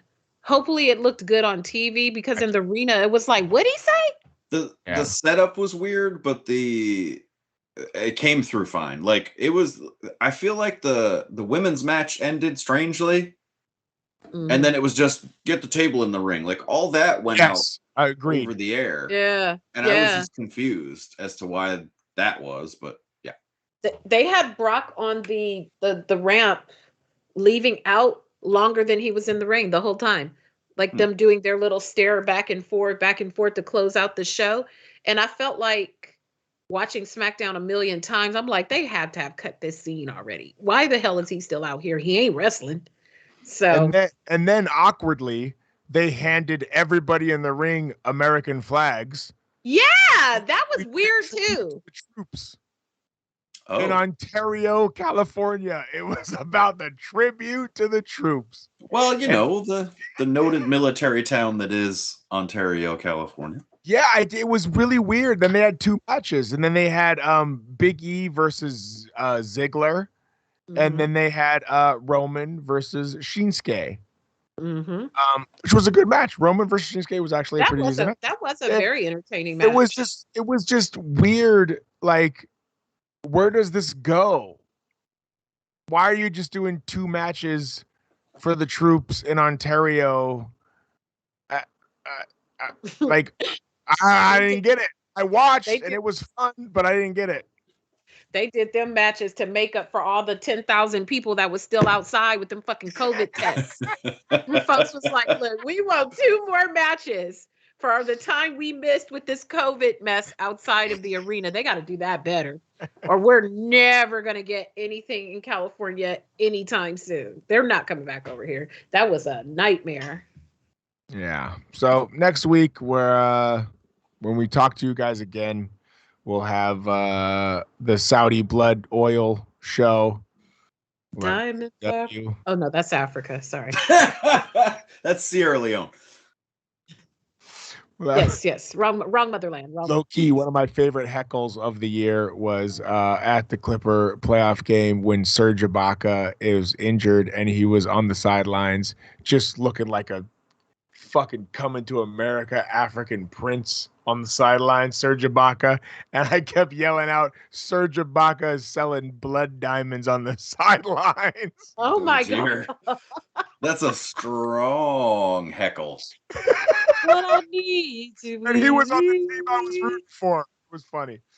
Diamonds are forever. Put your diamonds in the sky. Okay. But yes, the so vibe. that is Crown Jewel. Hopefully the tribal chief will retain. The ladies will be wearing a gang of clothes. It's probably gonna be hot as shit. Salute to them. They won't have to work out the next day because they've been sweat off all their weight, probably in whatever the hell they're gonna have to wrestle in. And yeah, I hope hey, there's no where did Titus fall under the ring? Wasn't that Crown Jewel? Greatest Royal Rumble, yes. Oh, okay, different thing. Okay, cool. Because I was gonna say Same idea, just different. Yeah, And, they're not and doing listen, that. I know we're not going to do a view count deal this week because we weren't at full capacity until now. True. But the channel is really, really stacking the deck against us. Jesus Christ. Yeah, I'm watching DC Fandom definitely buried us this week. Right? That's not fair. They were like putting new stuff out, so this is ridiculous. There's a It's a Chucky lot. It's a fucking It's a thing, lot. an Ultra Zoid Power Ranger But show. hey, we've it's Shay's got fault. Drew McIntyre interview Oh, Yes, that's we true. coming up. Do have that. And Hopefully that really, counter Bumps us punches up. against everything we know about Peacemaker, for fuck's sake. that does look like a good show, though. It does So look like a the- good show, but 163 views good? Well, a little Compared bit to what about our Well, I mean, listen, we have a dedicated audience, and I thank every one of them for being here. And I'm sure once we especially get your more mother, exposure, Pumps, Yes, Mrs. Pumps. absolutely. Shout outs to my mother. Shout outs to D Star, Group Sex Box Lunch, Darius George. True group sex sex box box lunch is back. No, but Yes! I couldn't scroll up to read what was it? Oh goodness. What's their name? Wait a Draw minute, maybe Heart Drew Friends Cross Cycle. Ship. That must be Lunchbox Sex Fiend. Could be. It could be. But no, once we get a more dedicated audience or more of an audience, I'm sure they'll stick around. So I yeah, have you faith in guys that. bring your friends. They don't have to like WWE come in and shit on all the whole stuff. We're Yeah. into all that, you know. Tell Nate After why he's I- wrong about everything. It's working for me. I'm for that. I want a show that's just that. It's just tell Nate why he's wrong about everything. I like it. Group That gives sex me an box idea lunch. for a segment. Yeah. Well, I had one more thing, but Shay doesn't have his ears in, so. Fuck it. Okay, go ahead. Do Well, it. no, it requires that picture. What picture? The picture that I sent Shay earlier. Shay ain't paying attention to us. I know See, that's the problem. Shay, when the one ears, time we buddy. need the producer. Hey, ears, buddy. Shay. Producer Um, Shay. Look at him. Not a fucking looking. Not No. a fucking. No selling. No selling. Yep. No selling. So after I shit on the bitch. Good lord. What the fuck was that? I just was thinking about Biggie when I said, "Come on in if you want to shit on it all over." And I was thinking about the Biggie scare. He's like, "After I shits on the bitch." Well, I guess that's like all our show for tonight. I guess we're gonna have to end it ourselves. Well, now we're gonna have to stall for time. Yep, Shay doesn't care. Shay doesn't even know when we're ending. I'm gonna probably getting ready for the Super Sentai Time Fury wrap up. The Megazord. Like, I really wish he was on camera, you guys. I just put your earphones on so we can sign off the show, producer Shay. Yeah. Shay, would you like to maybe, I don't know, pay attention to the show that you're producing at the moment? I think he's also watching Dazed and Confused in the background. Diamonds are forever. They are. We can just do a watch along of that. Oh, no, it's super bad. Oh, look, here he is. Oh, hey, Shay. Oh, hey. Hey. Hey, listen, I need shit for the last 5 minutes. I need that picture, if you could, bud. So yeah. Once super producer Shay pulls that up, I just want to take a second to shout out my good friend Bashley. She's the one that got me in at Impact. She won the Mid-South Women's Championship this last week. She is on Instagram at Bashley110, I believe. We're gonna follow her. Bashley110.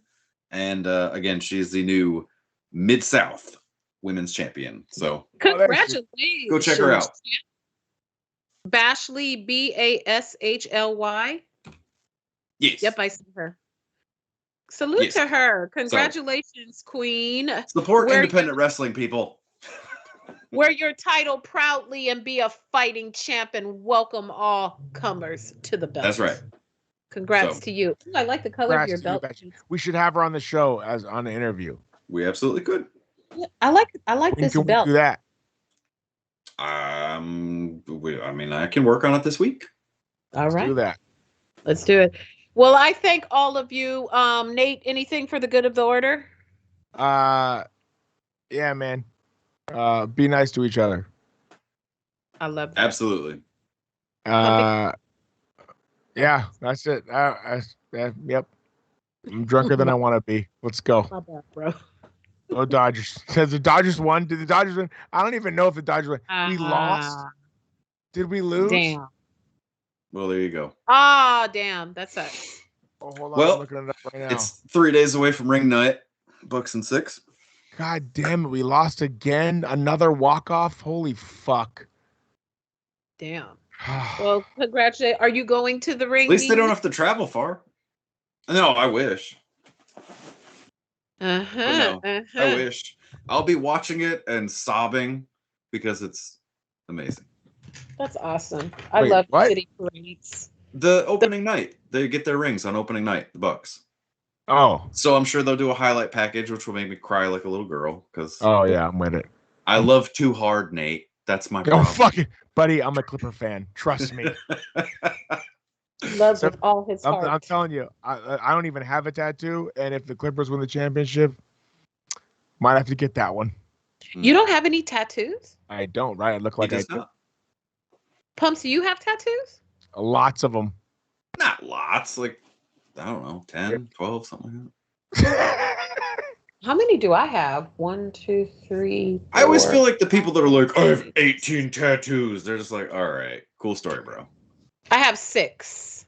And they're all, it's funny because they're visible, but not like forest for the trees type of thing. No one ever notices them. And they go, oh, wait, you have tattoos?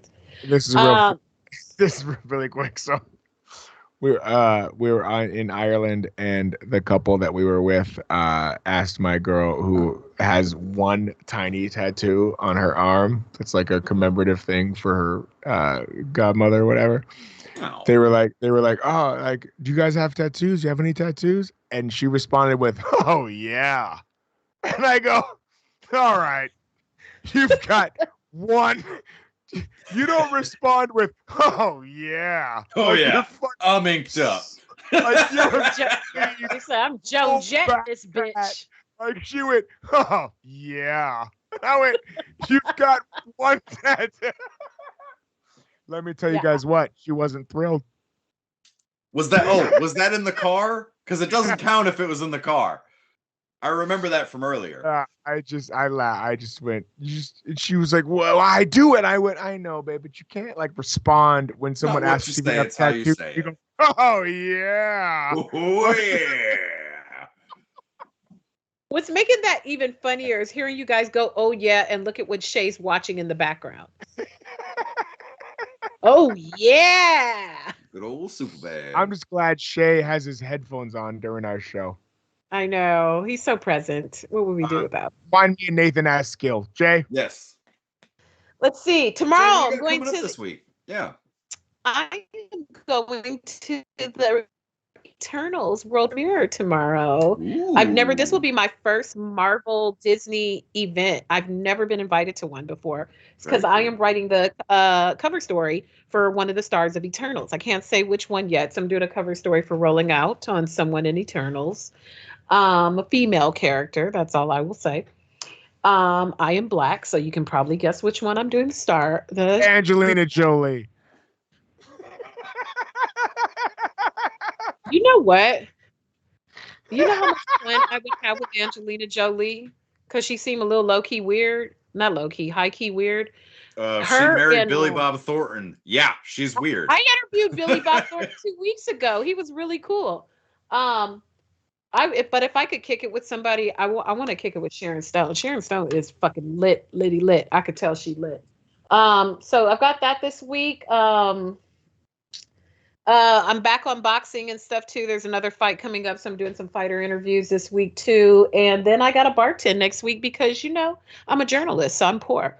So I still bartend and I have a party next weekend. So if you want to donate to the channel or me personally, do that because my kid is in college and she ain't out my pockets yet. But she's she's standing outside the pocket, but she still has a hold on it. She's got a hold on it.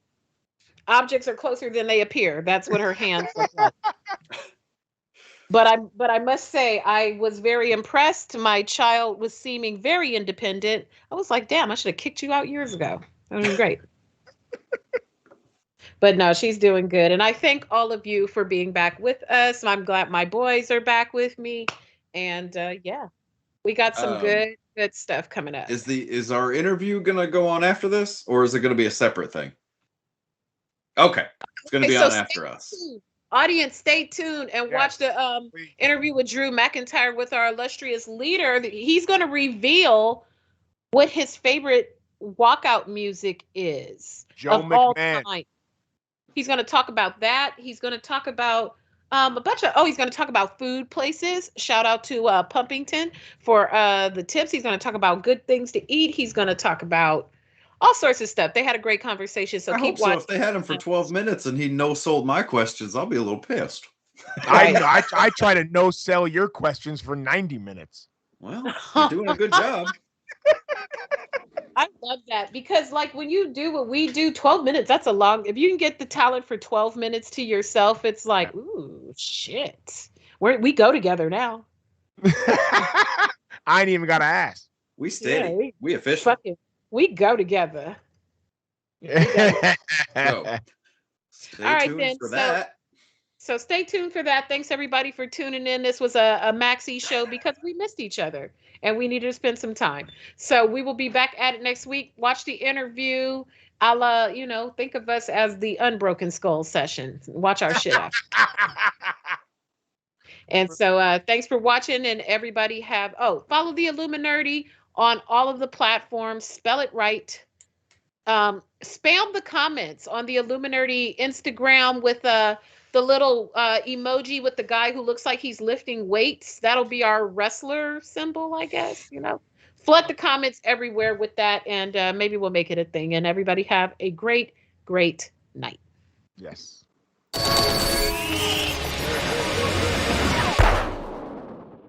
All right, I am with the Scottish psychopath, former two-time WWE champion Drew McIntyre. How are you, sir? Marvelous. It's a pretty sunny day in Nashville, Tennessee. I think I'm going to go check out some of the local haunted houses tonight. So, yeah, we got Crown Jewel coming up. Good times. I was just going to tell you, one of my wrestling guys, he told me to let you know that there are a few spots in Tennessee you should be checking out. Corgi's Hot Dog House, which is in Mount Juliet, Boston Commons, New England Seafood and Pub, Best Fish and Chips. Also 5 Points Pizza, and that's in 5 Points. And then Darfon's, best all around food by the airport. So just a little list of recommendations, Drew. I'm gonna have to take a note of all of those there, especially the one near Mount Juliet. There you go. Now, first question I have for you is we're coming up on Crown Jewel. You're on a collision course with Big E. Can you talk to me about this match that's going to happen, which I'm extremely excited for? I'm also extremely excited about it. Finally, after all these months, I can challenge for the WWE Championship once again. I felt kind of bad initially that I'm going to have to take on Big E and take the title off him, because he's somebody that I do respect, and somebody that the WWE Universe rightfully loves. He has earned his moment. He's done it the right way. He's paid his dues, and I'm very happy to see him as WWE Champion. That's why it pained me so much to challenge him and have to take the title off him until he elbowed me in the head on Monday, because I've still got this little shiner in my head. Right now, I've been icing it like crazy. It's not as bad as it was, but if you saw it in Raw, it came out a good few inches from my head and got a little bit of blood going there. But yeah, I mean, B and I got on the same page, and we had some miscommunications. And then as soon as that elbow struck and he shoved me, all bets were off. And we got into a fight, as I'm sure everybody knew it was going to end up there. It's WWE. I dropped him with a Claymore, and we've got one more step this Monday on Raw before we head to Crown Jewel, and I get my last WWE title opportunity before I move to SmackDown. Well, you know what? I want to talk about that for a second, because during the pandemic, you were our champion. And I really mean that, like our champion, because you carried the company through on your back throughout the pandemic. But I want to talk about that a little bit, because that experience as WWE champion during the pandemic, can you speak on that? And also, I'm so happy that you worked with Jinder Mahal at SummerSlam. I think that dude is a super underrated talent, and I love seeing Jinder and what he's doing. But so can you talk about just being a champion during that pandemic? Yeah, first of all, yeah, Jinder is definitely underrated. I think he's way more capable than people give him credit for, especially online. And looks like $1 billion. Yeah. But being champion, yeah, that was something I was so proud of. Obviously, as a kid, I didn't imagine winning the title in front of nobody and holding the title for 300 days in front of no fans, then virtual fans. But considering the times we were in, it's probably the proudest times of my career, when the world essentially shut down, every sport company shut down, every entertainment company shut down.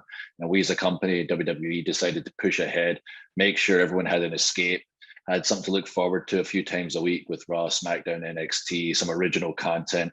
And I got the chance to be champion and lead that charge. And there's a reason, everything happens for a reason. All my ups and downs in my life and career prepared me for that moment, that I wasn't fazed by it. I just said, okay, everything rolls downhill. I'm at the top. I'm going to throw things against the wall, see what sticks, and hope for everyone follows my lead. And everybody stepped up dramatically during that time. And it was something I'm very proud of. But now, thankfully, we've got the fans back.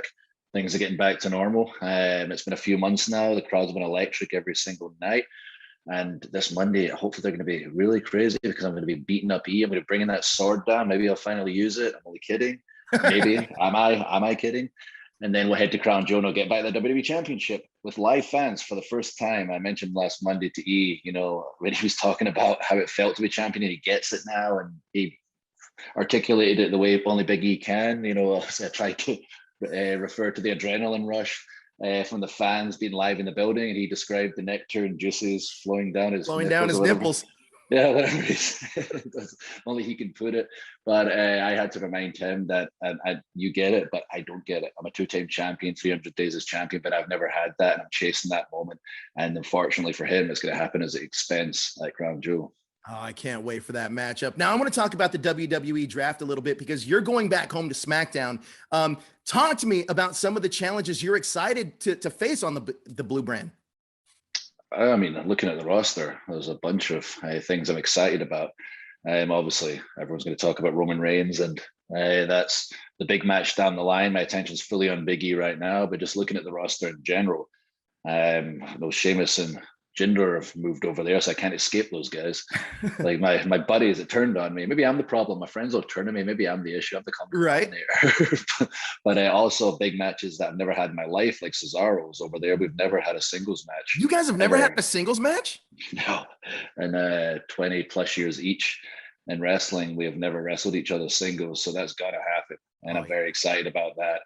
And obviously the big match eventually when it's time is Roman. And for me, coming back to SmackDown, mentioned it the first week I was drafted, and I was kind of thinking out loud when Kayla stuck a mic in my face, and I was just reflecting for a second. I was okay, obviously we address the bloodline in Roman. That's an obvious one, but for me personally, that's where I started. That's where the chosen one was born. That's where all the lofty expectations were put on me, and I was so young, immature, not ready for it, and I crashed and I burned, and that was my home for a long time. And I was very proud to bleed blue for all those years, but also it was very, what's the right word, painful.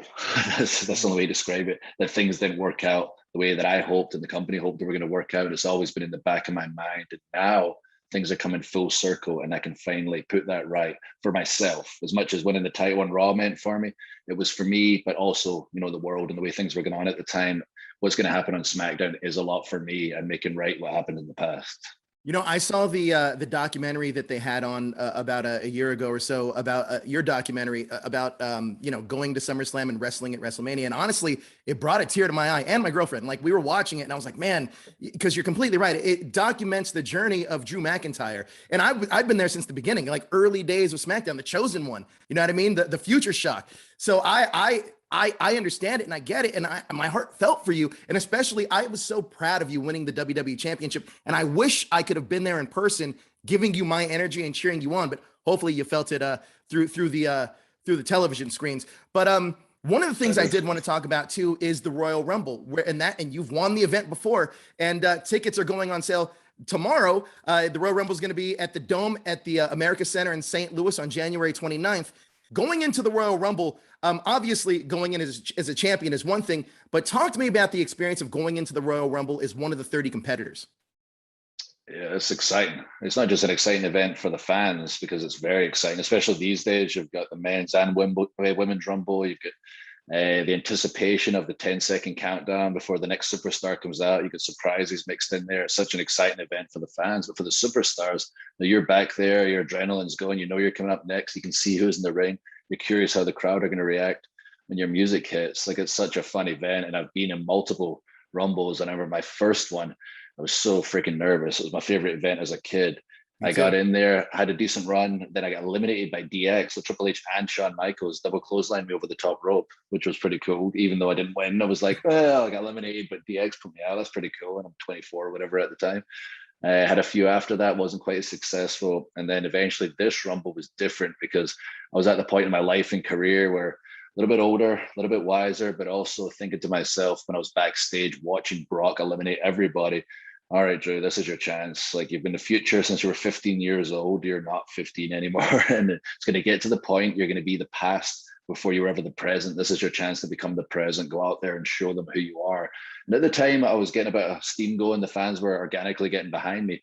But it wasn't like I was in a position where people were like, Drew's going to win the Rumble. But when I walked out to the ring, if like you watch it back and you see the fans stand up, I could feel them standing up. I was so laser focused on Brock. And when I got in the ring with Brock, we went face to face. Everyone, I could almost feel them going, he's going to do it. He's going to eliminate Brock. And everybody could like just got up, and my goosebumps are going up right now. My hairs in my arm are standing up. You and me both. Right now, like thinking about that moment. I remember swearing at him when I got in the ring, and it was planned, obviously, the PG product, but I was so in the moment. I was just like, I am going to drop you, Brock, right now. He took off his gloves, little assist from Ricochet, and then Claymore disaster right out of the ring. And that noise of 40,000 people was just the most incredible feeling I've ever felt in my career, until about 30 minutes later, when we got to the point where it was down to myself, Roman, and Edge, who returned after a 9-year absence. And I was thinking, oh no, I win this thing, they might boo me out the building. We've seen that happen with Royal Rumble winners in the past.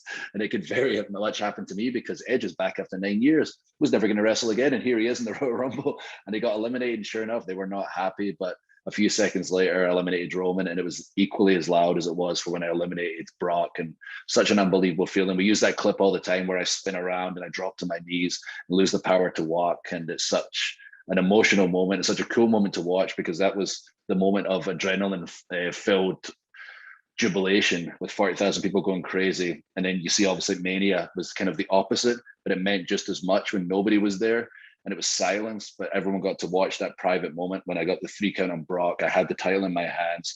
The adrenaline wasn't the same as it was for the Rumble, but in my mind was this montage going on that everyone got to witness what was going on in my head, which was thinking about my life, my career, everyone that sacrificed to help me to get me to where I was at, remembering the camera was there, reaching out to everybody and thanking them for supporting me and for choosing WWE during those difficult times. And even though it wasn't the same feeling, it meant equally as much to me. Yeah, look, I want to thank you for being a champion during those difficult times too, because I don't think there was a better choice of somebody to represent the company than Drew McIntyre. But the quick question I have for you is, look, I'm a longtime wrestling fan, so I got to know, what's your favorite entrance music of all time?